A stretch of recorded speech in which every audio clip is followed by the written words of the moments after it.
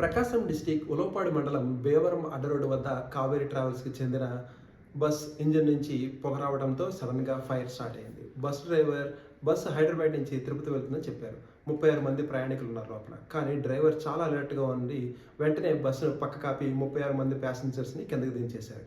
ఎవరికి ఏం కాలేదు. డ్రైవర్ అలర్ట్ అవడం వల్ల ఈ 36 ప్యాసింజర్స్కి పెద్ద ప్రమాదం నుంచి బయటపడ్డారు. అగ్నిమాపక సిబ్బంది ఫాస్ట్గా వచ్చి మంటలు కంట్రోల్ చేశారు. బస్సు పూర్తిగా కాలిపోయింది. ఇది ఒక సైడ్ అయితే రీసెంట్గా ఆంధ్రప్రదేశ్లో ప్రైవేట్ ట్రావెల్ బస్ యాక్సిడెంట్స్ చాలానే జరుగుతున్నాయి. 2025-26లో అక్టోబర్లో కర్నూలులో సేమ్ కావేరీ ట్రావెల్స్ బస్ ఫైర్లో 20 మంది చనిపోగా, మార్చ్ 2026 మార్కాపురంలో ప్రైవేట్ బస్ లారీతో కొలైడ్ అయ్యి ఫైర్ అయింది. 14 మంది చనిపోయారు. ఇండియాలో ప్రైవేట్ బస్సెస్లో ఫైర్ యాక్సిడెంట్స్ రెగ్యులర్గా అవుతూనే ఉన్నాయి. Especially sleeper buses and long travel distance బస్సెస్లో అవుతున్నాయి. ఇప్పుడు ఇంపార్టెంట్ క్వశ్చన్ ఏంటంటే, ప్యాసింజర్కి ఇన్సూరెన్స్ వస్తుందా? బస్ కంపెనీ నుంచి వస్తున్నాయి, లేకపోతే బుకింగ్ యాప్ నుంచి వస్తుందా? ఫ్రీక్వెంట్లీ ఫైర్ యాక్సిడెంట్స్ జరుగుతున్నాయి, కానీ ఇన్సూరెన్స్ ఎందుకు మ్యాండేట్ చేయట్లేదు ప్యాసింజర్స్కి? బస్ ఆపరేటర్స్కి ఫిట్నెస్ సీరియస్గా ఎందుకు తీసుకోవట్లేదు? How many lifes bus operators expecting to take action? ఈ ఫైర్ యాక్సిడెంట్స్ అన్ని వైరింగ్ ఆల్టరేషన్స్ వల్ల జరుగుతున్నాయా?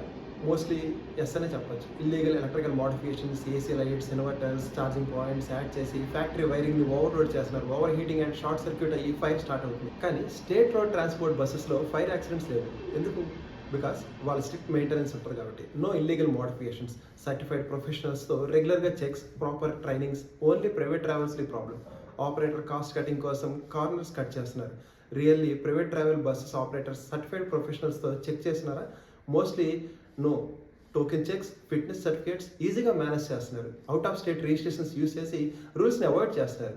ఫైర్ డిపార్ట్మెంట్ కూడా చెక్ చేసి సజెషన్స్ ఇవ్వాలి. ఆర్టీఓ ఆఫీషియల్స్తో జాయిన్ అయ్యి బస్సెస్ ఫ్రీక్వెంట్గా లేదా ఎనీ టైం చెక్ చేయాలి. జాయింట్ ఇన్స్పెక్షన్స్ మ్యాండేట్ చేయాలి. ఆంధ్రప్రదేశ్ ట్రాన్స్పోర్ట్ మినిస్టర్ మండపల్లి రాంప్రసాద్ రెడ్డి గారు రిపీటెడ్గా ఆర్డర్స్ ఇచ్చారు.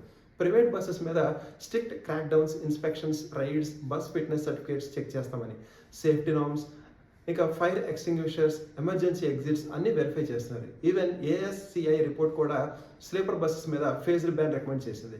మినిస్టర్ గారు వీఆర్ చెకింగ్ ఎవ్రీ బస్ అని చెప్పారు, కానీ స్టిల్ యాక్సిడెంట్స్ జరుగుతున్నాయి. అఫీషియల్స్ బస్ చెకింగ్ అంటున్నారు, మినిస్టర్గా బోల్డ్గా చెప్తున్నారు, కానీ ప్రైవేట్ ఆపరేటర్స్ సేఫ్టీ ఇగ్నోర్ చేస్తున్నారు.